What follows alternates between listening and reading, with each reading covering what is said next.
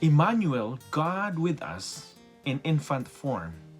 In Matthew 1:23, and they shall call his name Emmanuel, which is translated God with us.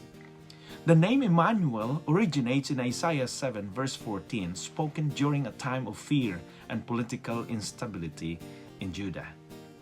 King Ahaz faced foreign threats, and God promised a sign, not immediate military rescue, but the assurance of his presence.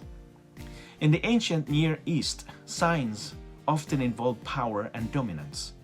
But God's signs, however, pointed to nearness. Centuries later, Matthew declared that this promise finds its fullest meaning in Jesus. Under Roman occupation, when Israel longed for deliverance, God did not arrive as a warrior or ruler. He came as an infant, born to a poor family, laid in feeding trough, dependent on human care. This was a shocking redefinition of divine presence. In a world shaped by strength, hierarchy, and control, God chose vulnerability. The Incarnation tells us not only that God is with us, but how He chooses to be with us. Emmanuel is not God shouting from heaven, but God crying in a cradle. By entering the world as a baby, Jesus fully embraced human fragility, growth, hunger, dependence, and risk. This reveals a God who does not save from a distance. He steps into our reality, experiencing life from the inside. Emmanuel assures us that no part of human life, weakness, uncertainty, suffering is beneath God's attention. This generation lives with constant pressure to appear strong, capable, and in control.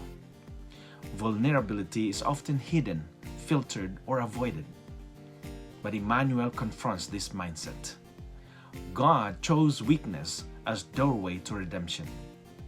If God entered the world as a helpless infant, then our own weakness is not a failure. It is a meeting place with grace.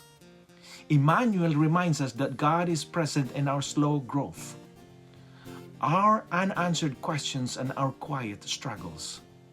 We do not need to have everything together for God to be near.